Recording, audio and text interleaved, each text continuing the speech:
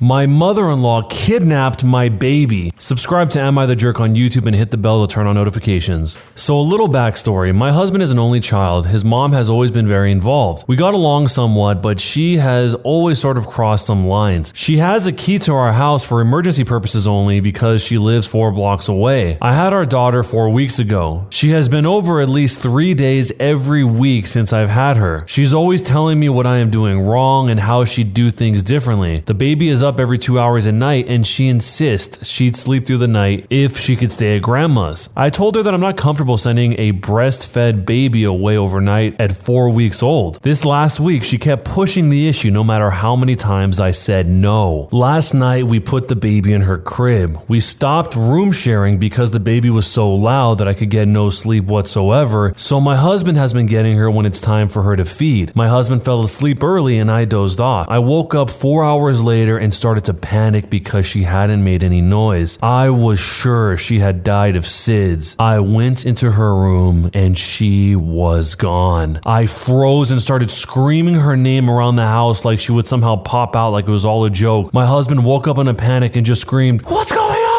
over and over. I ran to my phone and I called 911 and I saw a picture message from my mother-in-law of my sleeping baby in her arms with the caption, "Sleep over, nam-nams." I was immediately enraged.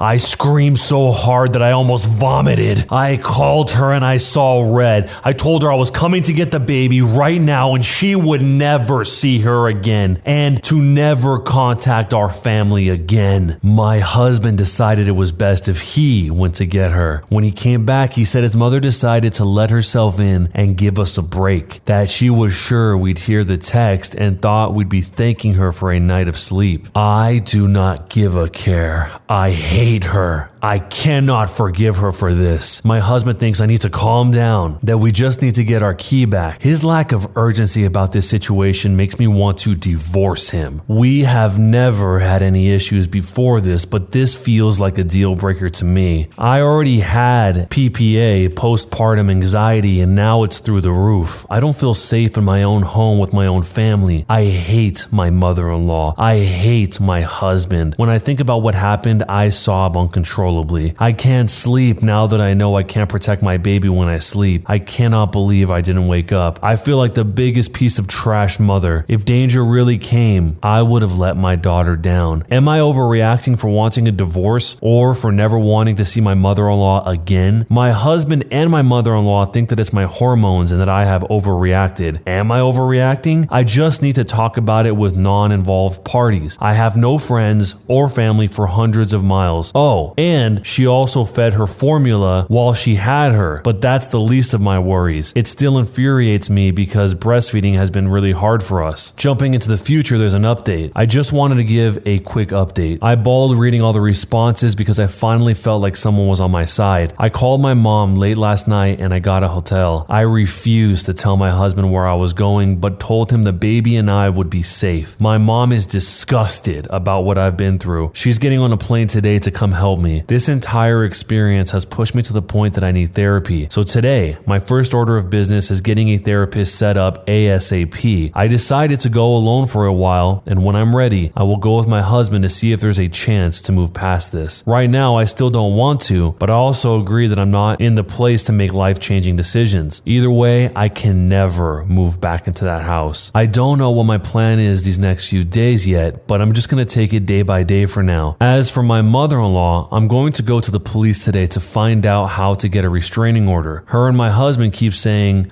"But she was safe. She was never in danger." I disagree. My mother-in-law is clearly not mentally capable to care for a child. Who knows what else she would do because she feels that she knows best. Fast forwarding into the future again, but this time 2 weeks, there was another update. These past 2 weeks have been crazy for me emotionally, but I saw the request for an update and wanted to let everyone know what was going on even though it's been generally uneventful. I got so many messages and comments with support that meant so much to me. So soon after I wrote that post, my mom had arrived to help me get through my anxiety and support me. By the time she was here, I was in a hotel and I had not slept. I was going way too long without sleeping, and I think the sleep deprivation was making me crazier. She came and sat with me while I slept. It was the most helpful thing anyone could have done for me. My husband asked to talk, so I agreed to meet with him. He apologized and said that he realized that I was right. His mom had severely crossed a line and that it was hard for him to accept that his mom did something so wrong. So in his head, he was telling himself it was not that bad and that if the baby wasn't hurt, then no harm was done. But he wasn't thinking about the hurt done to me and my feelings of security. He said he changed the locks on the home and would support whatever I wanted to do with his mom. He said that he was willing to cut off contact for a while, but asked that I not press charges. We left it at that for that time. I told him I'd think about what he said and keep in touch. Shortly after this whole thing happened, I got a lot of texts from his family supporting me and letting me know that they were so sorry about what happened and that no matter what, my baby and I are family and we have their support. That meant so much to me. People were finally backing me up and it gave me some peace of mind. A few days after seeing my husband, we met up again. He had a letter from his mother. I thought about just throwing it out, but I decided to read it. It was a very long-winded apology. It basically said that she is sick about what she did. She said that if someone did that to her when her husband and her were young, she'd want them to die. She is terrified about losing me as a daughter-in-law and her grandchild, but she is going to keep her distance. She asked me to reach out if and when I am ready. I still haven't reached out to her and I don't know if I will. I feel like her letter may be genuine, but I don't think I'll ever trust her again for obvious reasons. I feel like she sees it as an easier to ask for forgiveness than permission sort of thing. I'm in a hard place of trying to decide how to assert my authority as a mother without alienating my child from people who love them. I don't want my forgiveness to seem like weakness and in the end put my child in more situations like this. I've been getting help with all of this in therapy, which I've started twice a week. Right now, the general guidance I get from my therapist is don't make any big moves yet. Divorce, moving long distances, cutting people out, etc. So I'm taking it day by day. I make sure my husband sees our child every day. We don't talk about the state of our marriage yet. I told him when I was ready, we will talk. He's respected that, and it's made a huge difference in the people I hope I have for our future. So that's it, really. There weren't really any dramatic blow-ups or legal action. There are still a lot of unanswered questions for me, but this time has been one filled with self-discovery and support from a lot of unexpected places, and I'm incredibly grateful. Was my mother-in-law the jerk? All of this could have been avoided if the mother-in-law just communicated that, hey, it looks like you guys are tired and you haven't slept in a long time. Do you want me to take the baby? And then she would have got her answer. The weirdest part is that she just came into their house in the middle of the night and just took the baby using the key that was supposed to be only for emergencies. That's a very weird thing to do if you haven't already established that that is what she's supposed to be doing, which obviously the OP had no idea that she was going to do that. It sounds like there's some implied information because the OP lightly touches on the whole concept of the mother giving the baby formula when the baby's supposed to have breast milk. And I don't know if that's because you're not supposed to switch them between formula and breast milk. I'm not sure, but if any of you guys are mothers out there, you can let me know what the impact of this is, if there is any at all. One of the top responses says, wow, that is just wow. I am absolutely incredibly happy that the husband and his family all realized the magnitude of this mess up and stood by the OP in the end. It gives me faith, if nothing else, that the OP is going to make decisions from a place of knowing that she is right and being supported versus a place of being attacked and living in constant fear that it might happen again because nobody will admit how messed up and wrong it was. The OP's mother-in-law messed up on such a massive scale I seriously can't imagine. And I do agree with the OP that it was more of a asking forgiveness than permission thing because number one, she had asked to take the baby on overnights repeatedly and been shut down, and number two, if the mother-in-law had zero awareness that what she was doing was so grievous, then why sneak in and take the baby? Why not come in, wake the dad and tell him what she's doing? Or why not come in, comfort the baby if the baby wakes up crying so that it goes back to sleep before mom and dad wake up, if that's possible? It just makes no sense at all that she truly didn't know what she did was grievously wrong. So what do you think? Was it a huge deal or not a big deal at all? Let me know what your thoughts are down below, and jerk or not a jerk and why. Am I the jerk for getting my job back to get out of taking care of my husband husband's autistic niece. My husband, who's a 30-year-old, became the legal guardian to his sister's daughter, who's 17, 2 months ago. She lost her single mom last year. My in-laws took her in, but they were too old. That was when my husband became her legal guardian despite my concerns. He told me that he would take care of her completely. We got married a year ago after 15 years of dating. I had a very successful career in a very physically and mentally demanding field. I had to travel a lot. We wanted to start a family and I agreed to be a stay-at-home mom. I quit my job a few months into the marriage when I got pregnant. Sadly, I had a miscarriage. Then his sister died and everything is put on hold. In the meantime, I took a part-time job in a related field which allows remote work so that I am not bored out of my mind. My sister-in-law was a nurse. She quit her job to take care of her daughter full-time. Her daughter has a variety of issues including nonverbal autism, a series of developmental disorders like dyslexia, and severe sensory issues. My husband says that he does most of the work, but he doesn't. Since I'm working from home part-time, most of the caretaking falls to me. She gets angry and has meltdowns all the time. She doesn't like the food that I make, and most of the time she ends up throwing it on the floor or at me. I am at my wit's end, and it is just so emotionally exhausting. Around December 15th, my husband was working late and asked me to take care of dinner. She is very picky about food. The slightest change in texture or taste from what she is used to can cause a meltdown. She threw the plate at my feet and I ended up bleeding. At that point, I called my husband and asked him to come home ASAP. He said that he wouldn't be able to. I went up to my room and I told him I am not dealing with this anymore. He came home hours later and she was still crying. He was absolutely furious at me. He called me heartless and irresponsible. I told him I have had enough of both of their ungrateful behavior, and I told him that I'm going to my mom's and I wouldn't be back until New Year's. He panicked and tried to apologize, but I left. He called me every day asking me to come back. I finally came back and he told me that my stunt had forced him to use all of his available leaves to stay home with her. He told me that he was glad I was back. I told him that I contacted my former company and got my old job back and it starts Monday. It's an in-office job and requires travel. He asked me who was supposed to stay at home as she cannot be left alone. He has no more leaves and full-time caretakers are too expensive. I told him he promised to take care of everything when he became her guardian and that it was his problem. As you can guess, my family supports me and his family thinks I am being extremely selfish. So I am asking judgment from impartial strangers. Am I the jerk in this situation? Jumping into the future, there actually is an update. Lots of people were messaging me for an update, so here goes. I wish I could say things got better. My husband took a few days off to interview special needs nannies/caretakers. He ended up finding a good and experienced person to take on the job. He hired her for 9 to 6 during weekdays. One day, she ended up saying she cannot make it for a couple of days due to an emergency. My husband had a meeting that he couldn't miss and asked me to look after his niece for the day. I refused, and he took my car keys while I was getting ready and left before I noticed so that I could not go to work. I grew up with a narcissistic, gaslighting father who did stuff like this all the time. I told him to come back in 1 hour or I will call CPS, and once they get there, I will call a cab and get to work. He ended up driving back and this turned into a big fight, and I told him that if he does it again, I will walk out and never look back. He apologized and said that he was just desperate. The worst happened 2 weeks ago. I needed to travel for a couple of weeks for work and I could not find my passport. I am a very organized person and I knew that I did not misplace it. I ended up calling the non-emergency helpline. They ransacked the house and found the passports hidden in his gym bag. It is a crime to steal passports and they asked me if I wanted to press charges. I said no. Another fight. He told me that he needed me at home that weekend due to a social welfare visit and he knew that I would not stay even if he had asked me. I kicked them both out of my house and I told him I would call the police if he came near me again. My house is a premarital asset. Thank God for that. I told him I would be filing for divorce. The welfare visit fell apart as neither of them were living there when the worker showed up, and the social worker also knew about the recent call to the non-emergency helpline. So, all in all, she was not impressed with our BS. He came by 2 days ago. He told me that he ended up moving in with his parents. They own and live in a small 2-bedroom apartment that doesn't qualify according to welfare norms. He ended up asking me for another chance. He asked if I would consider letting him and niece stay until they figure it out, or she would have to go to the state's care. He told me that there is no way he can afford rent and a carer and begged me. I told him that I could never forgive what he did. He knew about my past with my father and still went ahead and did it. He suggested they could move in and we can work on this at couples counseling. I told him that I could never trust him again and that it was over. He asked me if he could get his parents to take her in or even relinquish her care to the state if I would give him another chance. I think months worth of anger burst that day. I told him that even though it may appear as if the problem between us is the niece, it was actually him. He didn't ask me before taking her in. He did nothing to help. He waved my concerns away whenever I felt burnt out. He took on a responsibility without consulting me and dumped everything on me. He chose to take my keys. He chose to hide my passport. I told him things may have been different. Him, niece, and I may have adapted and become a family if he hadn't made the wrong choice at my expense at every turn. I told him to get out of my house. It was over and I never wanted to see any of them ever again. I still don't know if what I'm doing is right or wrong. I know people wanted some sort of happy ending, but it is what it is. I still have not started